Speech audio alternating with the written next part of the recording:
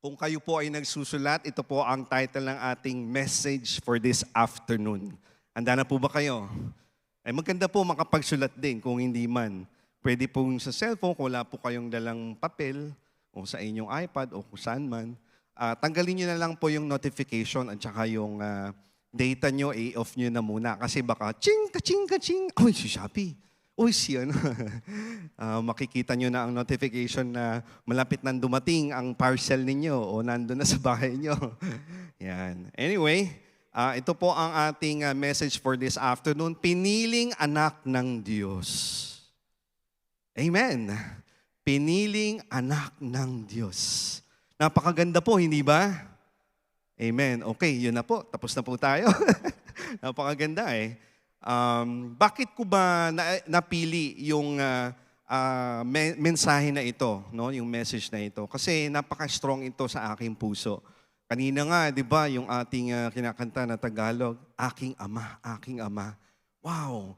Grabe talaga ang puso ng ating Diyos. Hindi lamang siya basta Diyos na makapangyarihan, hindi lamang siya Diyos na nakaupo sa kanyang trono at mayroong authority, pero siya din ay Diyos na gustong at ang ating Ama sa langit na gustong mapaganda ang ating buhay at magkaroon ng ganong close relationship sa atin bilang isang anak niya. Sa kadahilanan na gusto rin ng Panginoon na maintindihan natin ang importansya ng ganitong klaseng identity na meron tayo sa Kanya. Kasi kapag alam natin ang identity natin sa Kanya, hindi tayo maniniwala kung sa anong sabi-sabi at sa kahit anong nararanasan natin sa buhay at sa mga salitang na ririnig natin o sa mga experience din na nararanasan natin. Hindi tayo basta-basta matitinag because we are settled and secured in the identity that God has set before us, and that is us being His child. Amen. Amen. So, kaya nga, napaka-importante nito sa akin kasi nung bata pa ako, just a few years ago, lagi kong na-experience yung inuutusan, pinapagalitan, sinesermonan. Diba? Kaya totoong-totoo yung, kanta ni Freddie Aguilar. Ano ba yun? Ako ang nakikita. Hindi ko po ito generation Siniresearch ko lang. Mukhang alam na alam ni Pastora, yung mga 40 dyan, mga 50, mga 30, alam na alam natin to, di ba? I mean, kayo. Joke lang. So, parang naisip ko yun. Pero later on, na-realize ko rin naman nung nag-mature na ako, yung nagkakaisip na ako. Kasi sa totoo lang, nung tinitingnan ko yung mga itsura ng kapamilya ko, ay, kamukha ko sila. Kakulay ko rin sila. Kaya hindi ko na talaga masasabing, ampun ba ako? Kasi yung naisip ko dati, ampun ba ako dito? Bakit ako na lang palagi? Ako na lang yung utusan. Ako na lang gagawa ng ganito. Ako na lang gano'n. Yun nang naisip ko dati. Pero, yun nga, nung nagkakaedad na, nag-mature na, alam ko talaga na hindi naman talaga ako ampon. Pero ito napakaganda po nitong pagbulay-bulayan natin at pag-usapan natin, ano man ang kadramahan na naiisip natin sa sarili natin dati. Ako, para sa akin, ito yung isa sa mga pinangawakan kong identity o ang sinasabi ng Panginoon kung sino tayo. Hindi lang dahil sa mga bagay na na-experience natin na hindi natin maintindihan o yung mga salita na naririnig natin, na mga negatibo patungkol sa atin o mga komento kung ano tayo. Pero hindi tayo basta-basta maniniwala at kakapit doon sa mga sinasabing yon, sa mga salitang yon. Bagkus maniniwala tayo sa sinasabi ng Panginoon sa atin. Dahil yun ay ang katotohanan. Yun ang wagas. No? Speaking of the truth or speaking of the Word of God, dumako po tayo sa Ephesians chapter 1, verses 3 to 6. Ito po ang sinasabi dito. Blessed and worthy of praise be the God and Father of our Lord Jesus Christ, who has blessed us with every spiritual blessing in the heavenly realms in Christ. Just as in His love, I'm reading in the Amplified, He chose us in Christ, actually selected us for Himself as His own before the foundation of the world. He has chosen us. Sabihin nga po natin yon, He has chosen me. so that we would be holy, that is consecrated, set apart for Him, purpose-driven, and blameless in His sight in love. He predestined and lovingly planned us to be adopted to Himself.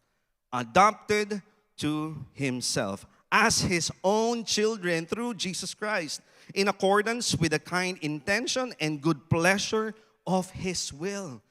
Sinadya niya, intention niya, ginusto niya, pinili niya, pinagdesisyonan niya. Hindi dahil sa wala siyang choice. Hindi katulad ng mga ibang anak natin kapag pilyong-pilyong, hindi na natin maibabalik, hindi na natin ma-renounce o hindi na natin mababawi.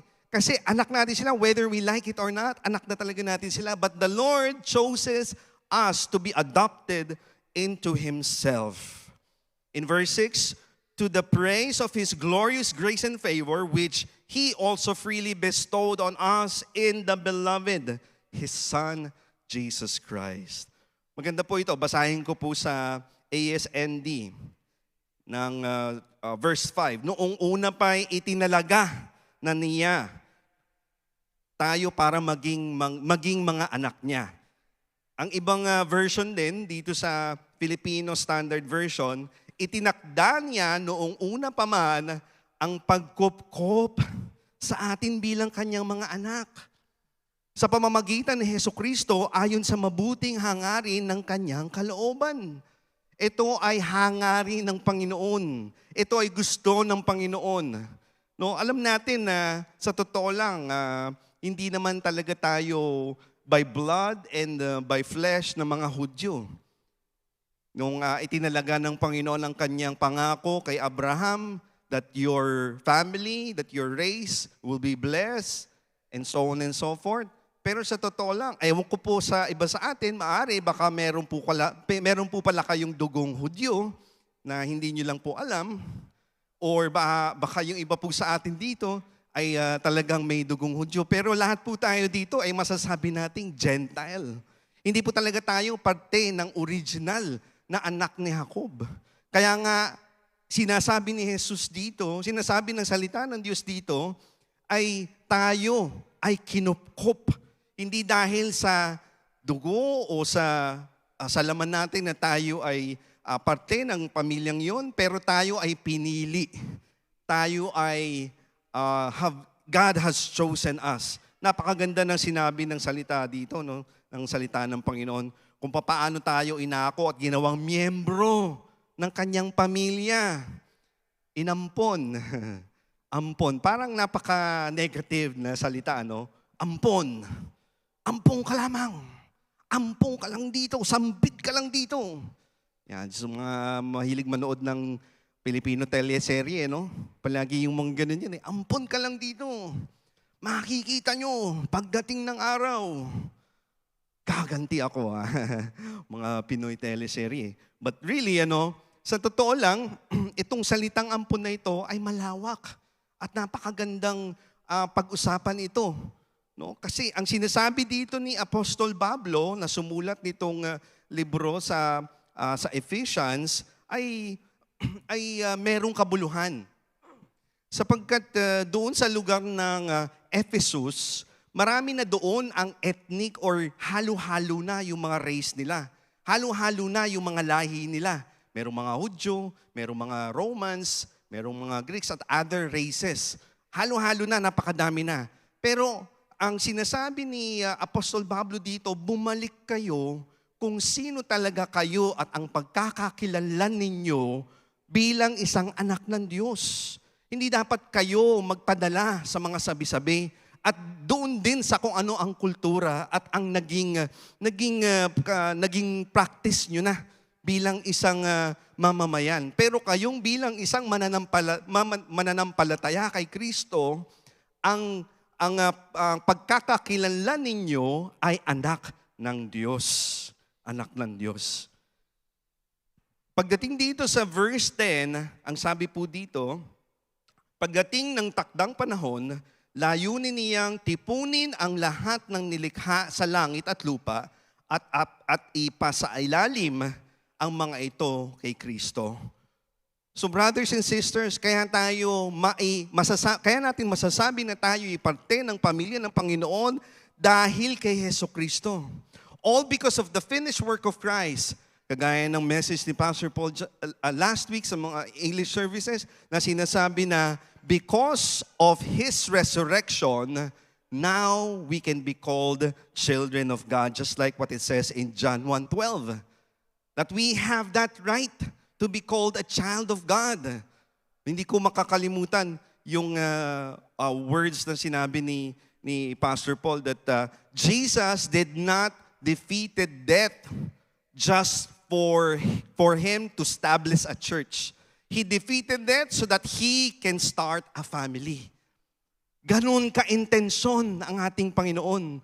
Ganon niya pinipili. Hindi lang basta dahil may layunin lang siya na, okay, we will start a church, you are the church, and all. Pero sinasabi niya nang dahil kay Kristo, ang sakripisyo ni Kristo, ngayon meron tayong karapatan para matawag din na anak ng Diyos, na siya ang ating Ama, na pwede tayong lumapit diretso sa Kanya at hindi niya tayo titingnan dun sa mga bagay na ginawa nating pagkakamali at hindi kaaya-aya sa Kanyang mata.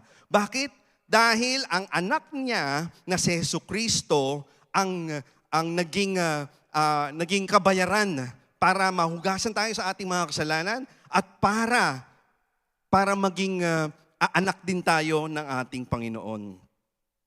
You know, in Galatians chapter 3, verse 28 to 29, ang sinasabi dito, wala nang pagkakaiba ang Hudyo at ang Grego, ang alipin at ang malaya, ang lalaki at ang babae. Kayong lahat ay iisa na dahil sa inyong pagkakaisa kay Kristo.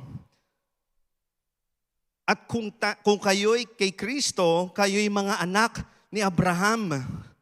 So nandun din, inampon na niya tayo at isinama niya na tayo doon sa pangakong ibinigay din niya kay Abraham.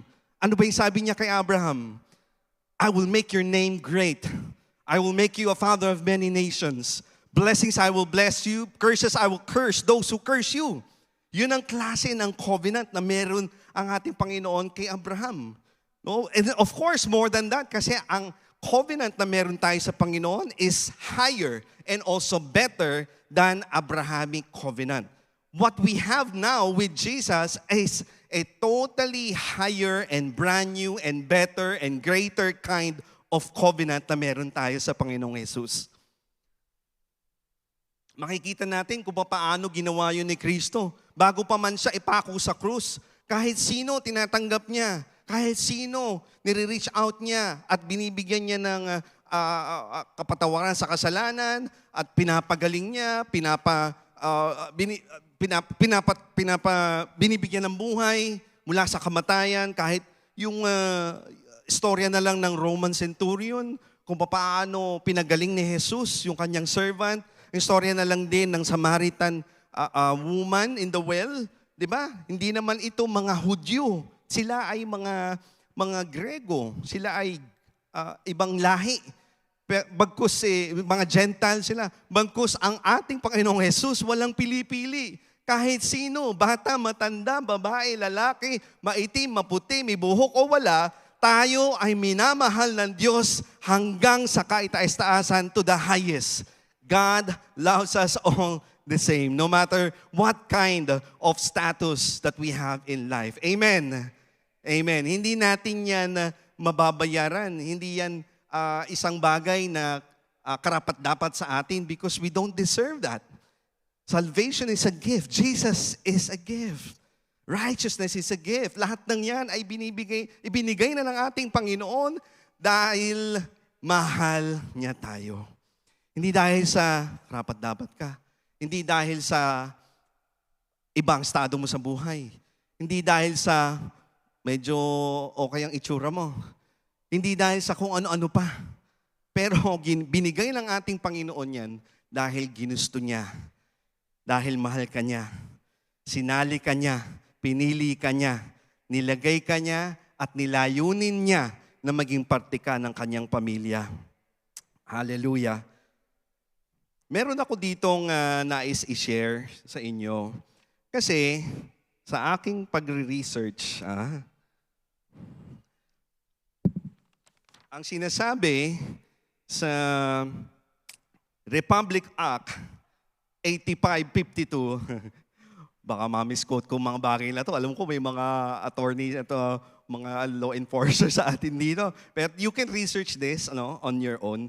Pero ang ganda po kasi nito kasi dito ko ihahalin tulad kung paano na-tustos o na-serve ng ating Panginoon yung ganitong klaseng mga requirement, itong mga earthly requirement na meron para lang makapag-adapt ka ng isang bata. So ito ay naaayon sa Republic Act 8552, otherwise known as Domestic Adoption Act of 1998. It's an act establishing the rules and policies of domestic adoption of Filipino children. Ayan, so may konti tayo ditong bagong kaalaman. Unang-una, kailangan mamili. Ang isang nag-a-aspire o ginugustong mag-adapt ng isang bata, kailangan pupunta siya doon sa bahay ampunan. Kailangan pupunta din siya o may kausap siyang magulang para makita niya yung bata. Makita nila yung bata. So they need, or that person who's aspiring to become a parent through adoption, kailangan sadyain niya. Kailangan mag-effort siya. Kailangan pumunta siya at i-purpose niya sa kanyang puso. The Lord has chosen us also and pinurpose din niya na tayo ay piliin. So in heaven's requirements, check na to. Ginawa na to ng Panginoon sa atin. In earthly requirement, para lang maging anak mo or mai-adapt mo, yun ang isa sa mga unang gagawin mo. Sabi sa atin sa Ephesians 1, verse 4, pinili na niya tayo para maging banal. Pinili. Ibig sabihin, ang mata niya ay nasa iyo. Ibig sabihin, pinagmamasdan ka niya. Ibig sabihin, kahit hindi mo pa siya kilala, kilala ka na niya. Ibig sabihin na mayroon na siyang pagmamahal at nakikita niya na kung anong anak magiging ka bago pa man mo na malaman na magiging anak ka pala niya. Amazing, isn't it? Pangalawang earthly requirement ay dapat legitimate son ka, legitimate child ka. Ibig sabihin, ang papel mo ay ikaw ay isang Pilipino o ikaw ay isang naninirahan dito. So legitimate son, o meron matitrace sa'yo kung sino ang mga magulang mo. You know that Jesus Christ is the Son of God. He is a legitimate, not only just by blood, but we know the truth that Jesus is the true and only begotten Son, just like what John 3:16 says to us. At sabi din sa Juan chapter 1, verse 14, nagkatawang tao ang salita at namuhay na kasama natin. Nakita namin ang kadakilaan niya bilang kaisa-isang anak ng Ama. Puspos siya ng biyaya at pawang katotohanan ang mga sinasabi niya. In Matthew also, chapter 3, verse 17, at may boses na naririnig mula sa langit. Ito yung moment kung papaano na water baptize si Jesus. At sinasabi diyan na nagbukas ang langit at merong boses na nagsasabi, "This is my beloved Son, on whom I am well pleased." So yan siya, si Jesus, legitimate Son of God. So another requirement in heavenly requirements, check. Pangatlo, natatandaan niyo po ba ito? Mamaya may exam po tayo. Now, number 3, proof of residency. Ito ang nakaka-amaze po dito. Kasi ayon dito sa Republic Act na ito, dito sa Pilipinas, ang mga nag-a-aspire na maging magulang para lang makapag-ampon sila ay kailangan mabuhay o manirahan dito sa Pilipinas for the straight of 3 years, 3 taon. Did you know that Jesus lived for 33 years in this world before He went up to heaven? At nung siya ay 30 taong gulang, 30.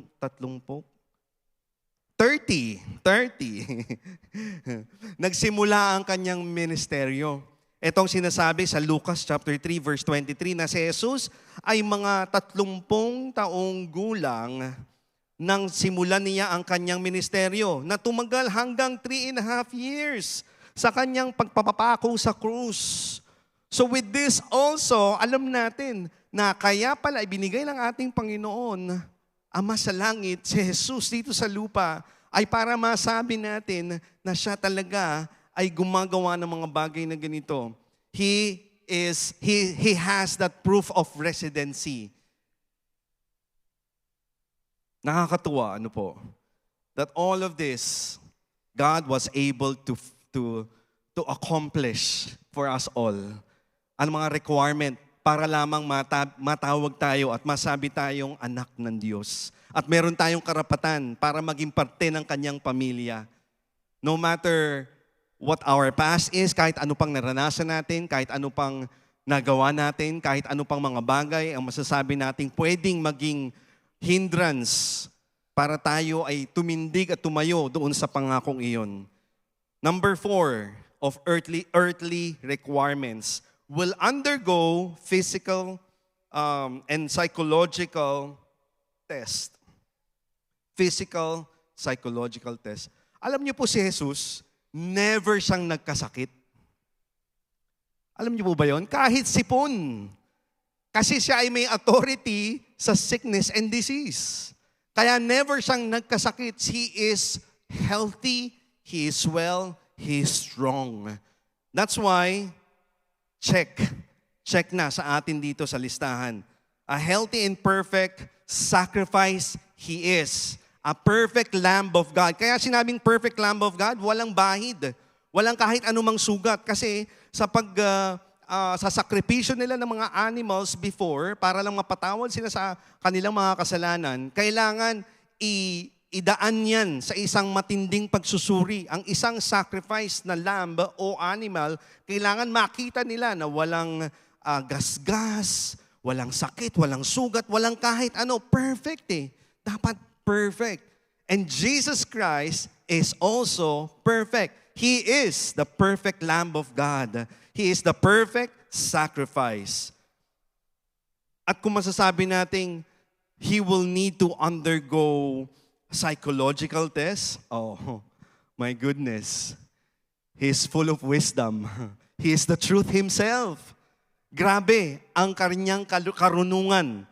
Can you imagine ang ating Panginoon ay ang naging author ng ating Biblia na binabasa ngayon, having 40 authors across 3 continents.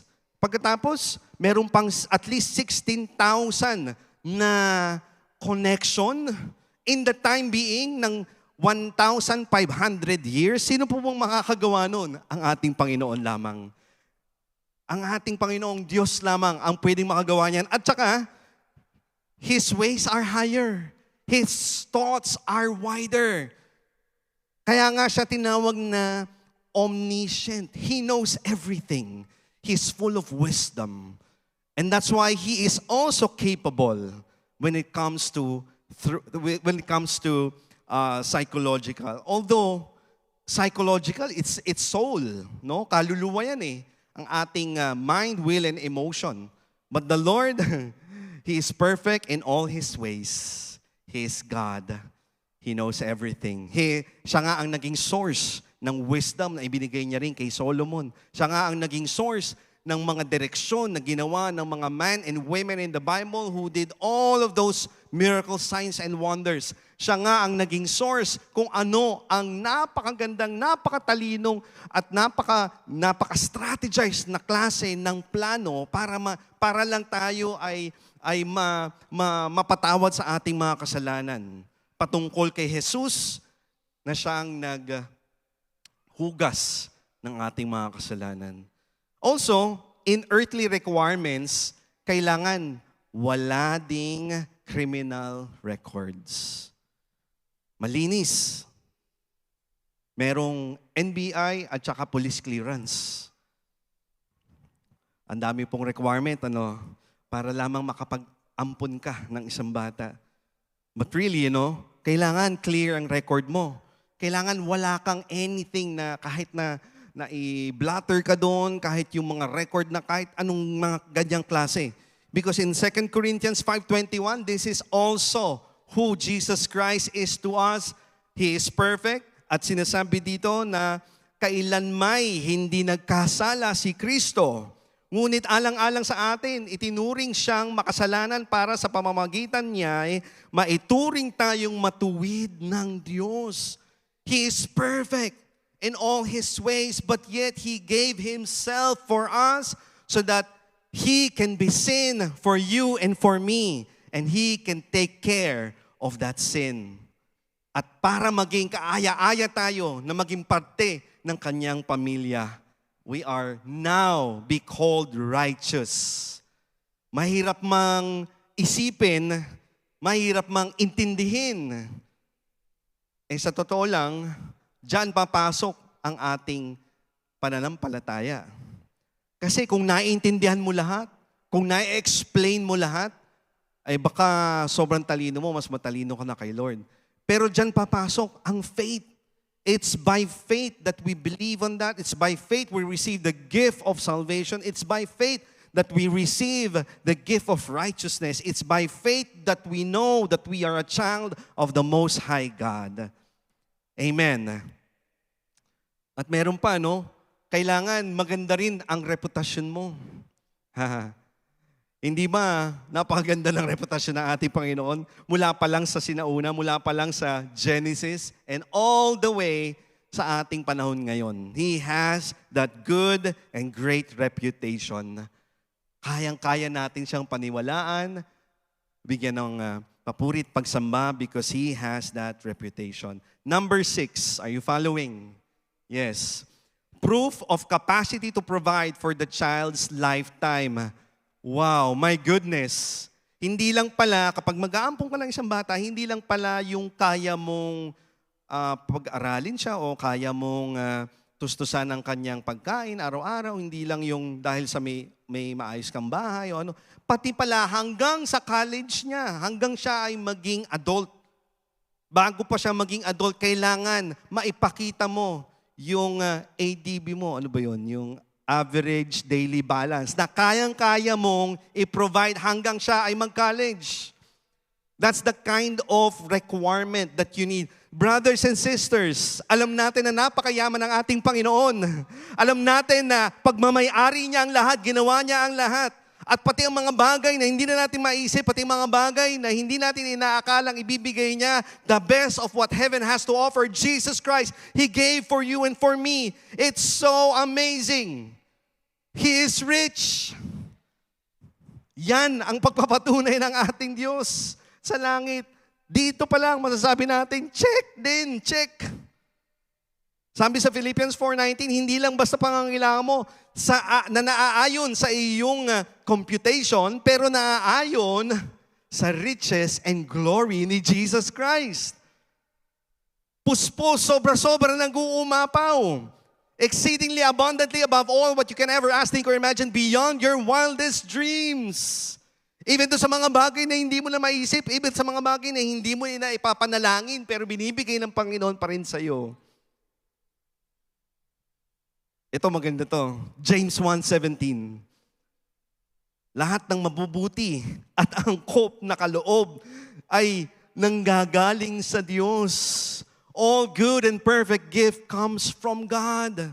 And not only just good and perfect gift, but everything that is good for you. Everything that He knows that is good for you. He gives it. He provides it. He prepares even your future. And that leads me to number 7, earthly requirements. Check na tayo dyan. Wala nang tanong yan. Must attend a series of court justice hearings and oath-taking. Wow! Grabe pala ang mga requirement para lang makapag-ampun ka ng isang bata. But Jesus Christ received the judgment and paid for us. He even made Himself to be a proxy. Siya na mismo ang naging attorney natin. Siya ang representative natin. He is also what we call the high priest. He is the high priest and at the same time, He is also the sacrifice. Can you imagine that? Siya yung naging representative natin sa mata at sa presensya, makapangyarihang gloria ng ating Ama sa Langit at siya rin ang naging sakripisyo. And so with this, alam na natin yun, that He is our representative. In 2 Corinthians 5:21 says, in 1 Timothy, sorry for the verse. 1 Timothy chapter 2 verse 5 says, sapagkat iisa lang ang Diyos at iisa lang ang tagapamagitan sa Diyos at siya sa mga tao, ito'y walang iba kung hindi ang taong si Jesus na also 100% God, 100% man. He is our representative. He is our mediator. Siya ang naging tulay para tayo ay maibalik doon sa original na pinlano ng Panginoon kung bakit niya tayo ginawa. And that is for relationship. In 1 John chapter 2 verse 1, mga anak, sinusulat ko sa inyo ang mga bagay na ito upang hindi kayo magkasala. Ngunit kung may magkasala man, may tagapamagitan tayo sa Ama. Siya ay si Jesucristo, ang matuwid, ang perfect. He is your representative to God. That's why sa huli ng ating panalangin, we say in Jesus' name. Because we can go to the Father through Jesus Christ. He is the way, the truth, and the life. And nothing can go to the Father except through Him, Jesus Christ. Jesus Christ. Mga kapatid, qualified po ba? Na-qualify po ba tayo ng ating Panginoon para maging lehitimong anak tayo niya at maging parte tayo ng pamilya ng Panginoon? Amen! Amen! And you know, I have 8 minutes left. Doon po kasi sa cinema, hindi ako sanay na may oras eh. Yeah. But dito meron.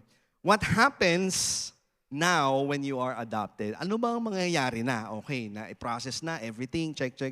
At nagawa na, ito na ngayon, inuwi na ang anak. Pero alam nyo, merong pangyayari at merong pagbabago kapag ka ikaw ay parte na ng pamilya ng Panginoon. Unang-una, binabago ang pangalan mo. Binago ng Panginoon ang pangalan mo. Kung dati ikaw ay makasalanan, ngayon ikaw ay righteous na. Kung dati ikaw ay talunan, ngayon ikaw victorious na sa Kanya. Kung dati ikaw hari ng sablay, ngayon ikaw minamahal na anak ng Diyos. Those are the names that many of anything in this world can put on you at itag sa'yo, ibansag sa'yo. Pero ngayon, alam mo, na binago ng Panginoon ang pangalan mo. Alam niyo po ba? Hindi niyo pa po alam, no? Kaya nga sabihin ko, sa Civil Registrar's Office, kapag ka na-file na doon ang iyong adoption, yung dati mong record, wala na. Hindi na nila yun pinapansin. Meron ka ng brand new birth certificate. As if nandun ka pinanganak sa pamilyang yon. When the Lord have changed you, when the Lord have proven His love to you towards Jesus Christ, all because of His sacrifice and His death and resurrection, now you have a brand new name, and your name is called righteous. Your name is called a child of the Most High God. And the traces of you na ikaw ay makasalanan, hindi na yan ang binabansag ng Panginoon sa iyo. Na tuwing lalapit ka sa Kanyang harapan, hindi ka makasalanan, hindi ka nanggaling sa ganitong pamilya o may mga ginawang hindi ka aya-aya sa Kanyang mata.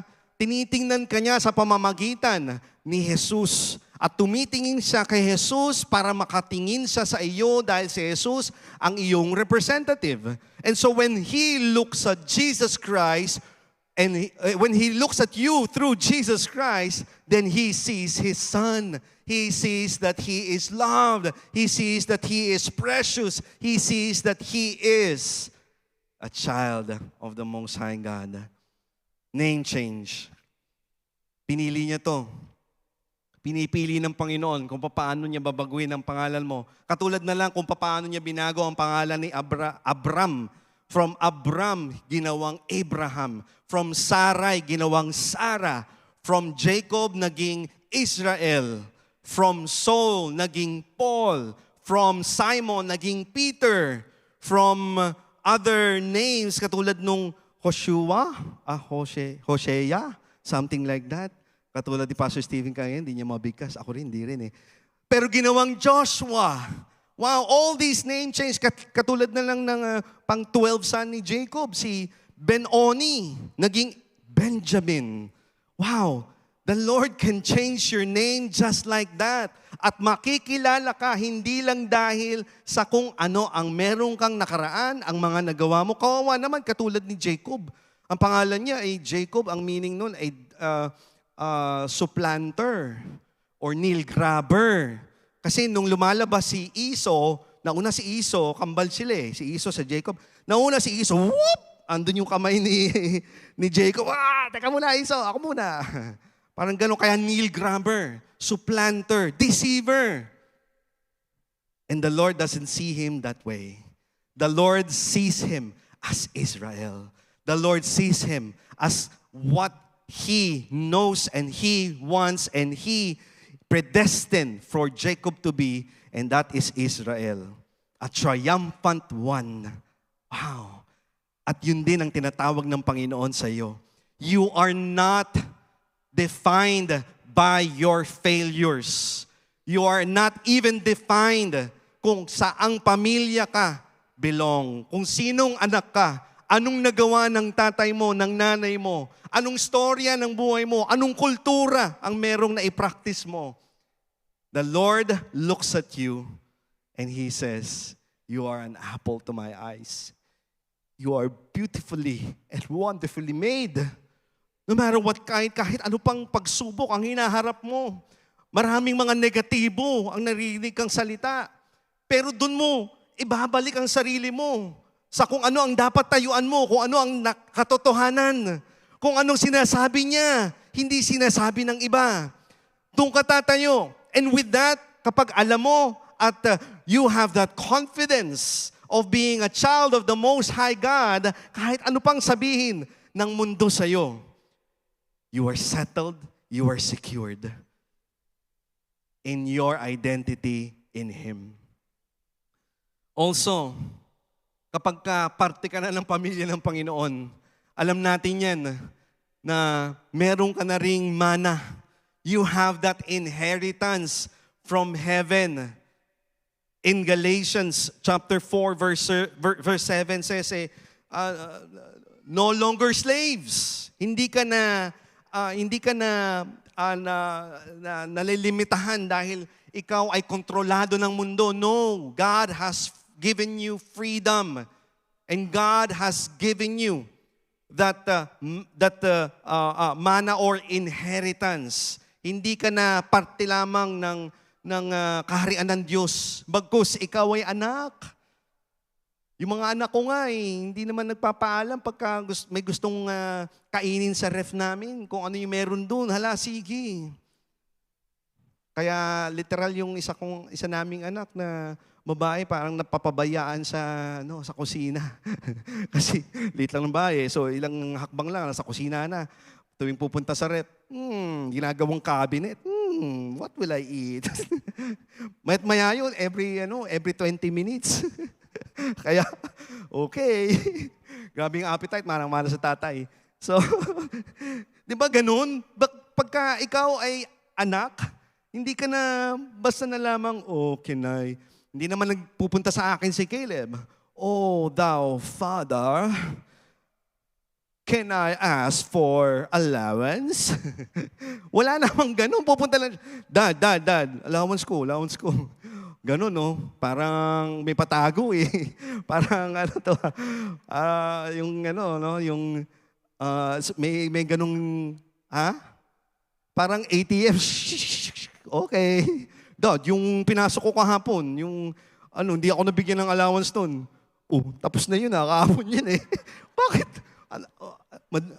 Bakit? Dad, ang daya naman eh. Ako pa yung madaya. Walang yan to. Sa isip-isip ko lang naman yan. Mga joke-joke lang naman yan. Sira, itong kong to malupit matindi ang pangutak Inuutakan ako, hindi niya alam, magulang ako. Magulang mo ko. Okay, may ibang meaning. So, ganun, di ba? Kapag alam natin na anak tayo ng Diyos, ganun ba ka ba manalangin sa Kanya? Lord, please lang, pagalingin niyo na po ako sa sakit kong ito. Nagmamakaawa ko, Diyos. Hindi. Alam mo na binigay niya na yan sa'yo at nandun yun sa ref na pwede mong buksan at pwede mong i-partake. That you have been healed, you are healthy, you are well, you are strong, and Zoe life is in you. You are shalom, nothing missing, nothing lacking, nothing broken. It's yours. The Lord Jesus Christ have given it to you because He paid for that in the cross. Hindi lang po yun. May bago ka na ring tahanan. As what the Bible says in Philippians 3:20, that you are citizens of heaven. Heaven is your home. You are here for a purpose and for a reason. Para kang isang ambassador na merong purpose at merong gagawin na misyon dito sa mundong ito. And also beside on that, alam natin na meron ka ng secured na future. That adopted child that has been adopted by good parents, they will set the future of that child. That's why in us, yan ang mga pangako ng Panginoon sa atin. If we are part of His family, ang sabi niya sa kanyang salita, Jeremiah 29:11, that I have thoughts for you that are good and a future, a bright one. Yan ang pangako, yan ang sinasabi ng Panginoon sa atin. Alam niya rin kung ano yung dati natin, ginagawa natin ngayon, at pati na ang kinabukasan natin. He knows everything. At magandang buhay ang meron para sa atin galing sa Kanya. And He has that sure blessing. Alam natin na ang blessing ay sure para sa ating, katulad na lang ng sinasabi sa Psalm chapter 23 verse 6. Surely, goodness and mercy.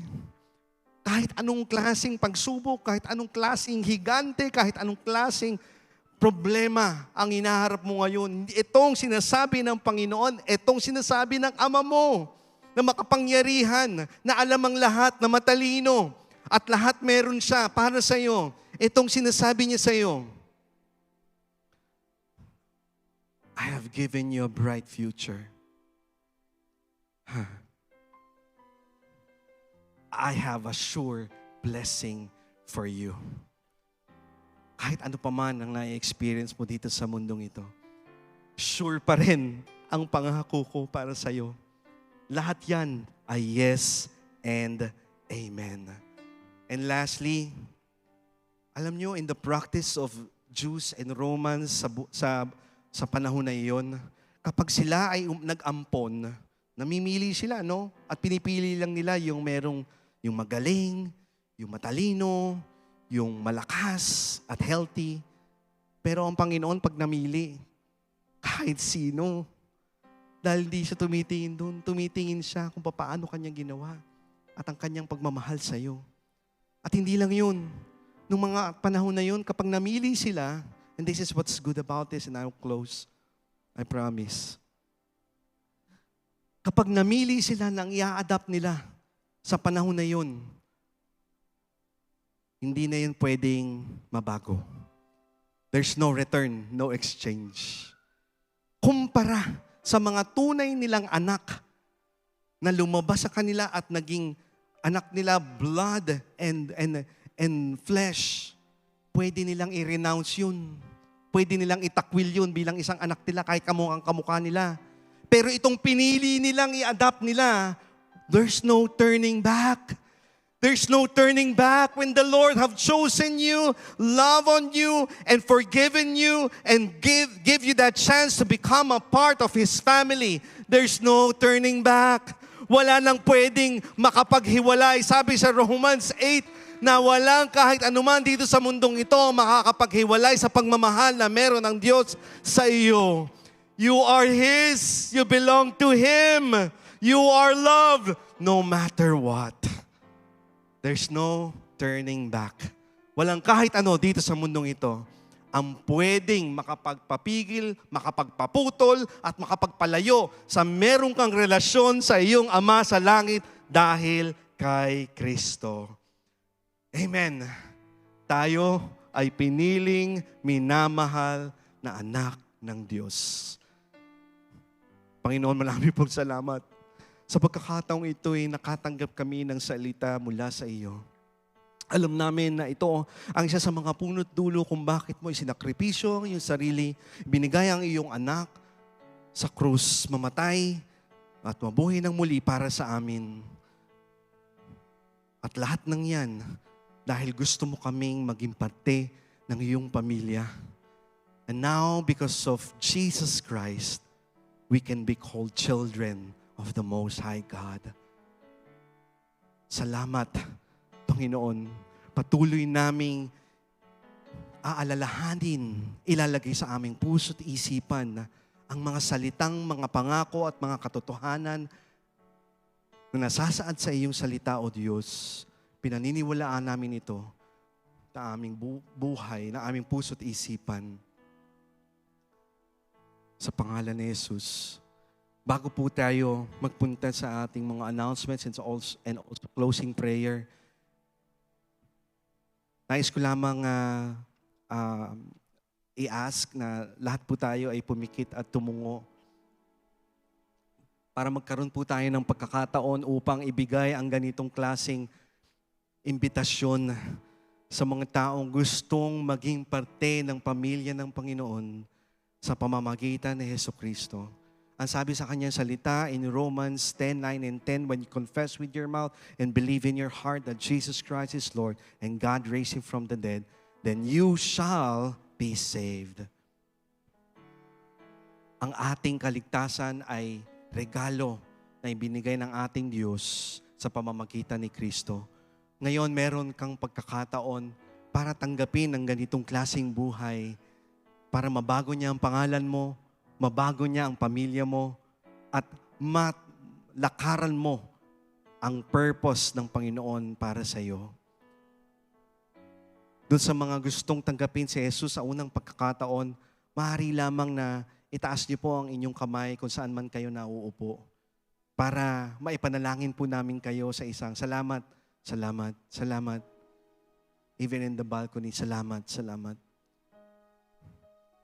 At ngayon, while we are giving this invitation, why not, can I ask everybody na tumayo po tayo sa ating kinauupuan? Dahil meron pa akong isang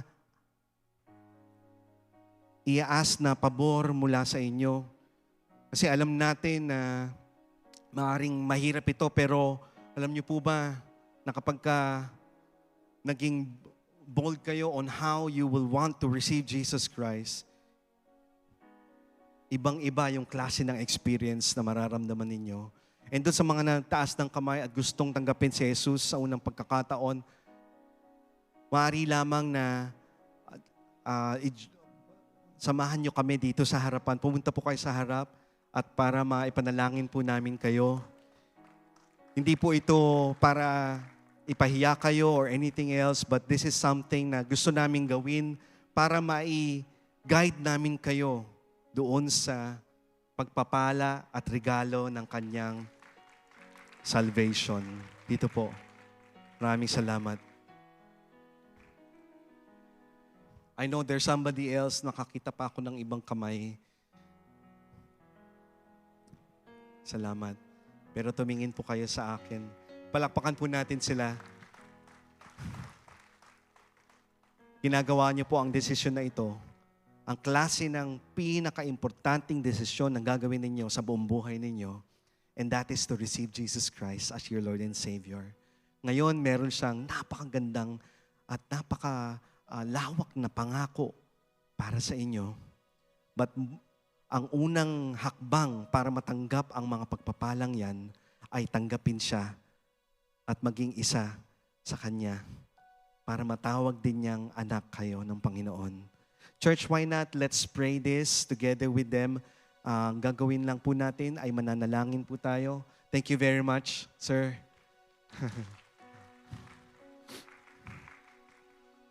Ang ganitong klaseng desisyon ay talaga namang magbabago ang buhay ninyo. You will never be the same again. Salamat. Mari lamang na sumunod kayo sa panalangin ito, sasabihin at bibigkasin ng inyong bibig, pero maniniwala galing sa inyong puso. Church, why not? Nasabayan din natin sila as a form of encouragement. Manalangin po tayo. Diyos Ama, salamat sa iyong pag-ibig. Nang dahil sa iyong anak na si Jesus, ibinigay ang kanyang buhay, namatay at nabuhay ng muli para sa akin. Salamat sa regalo ng buhay. Salamat sa kapatawaran ng kasalanan. Jesus, tinatanggap kita bilang Diyos at tagapagligtas. Magmula ngayon, ako'y sa'yo at ikaw ay akin. Alam ko na mayroon kang magandang pangako na lalakaran ko buong buhay ko. Sa pangalan ni Jesus. Amen. Amen. Amen. Let's give glory to the Lord. Isa lamang na tumanggap kay Jesus bilang Diyos at tagapagligtas. Meron ng party at celebration na nangyayari sa heaven. Amen. And we have 4 of them dito ngayon. You know what? Gusto naming masamahan namin kayo sa inyong paglalakbay at malaman po pa po ninyo ang natanggap nyong bagong buhay mula sa ating Panginoon. Meron tayong mga brothers and sisters na nandiyan sa likod ninyo. Also, our dear Pastora Heidi, to explain something to you para naman mas maintindihan pa po natin. Maaari lamang na sumunod po tayo kay Pastora Heidi. Marami pong salamat. And for the rest of us, can I ask na umupo muna tayo sa saglit lamang?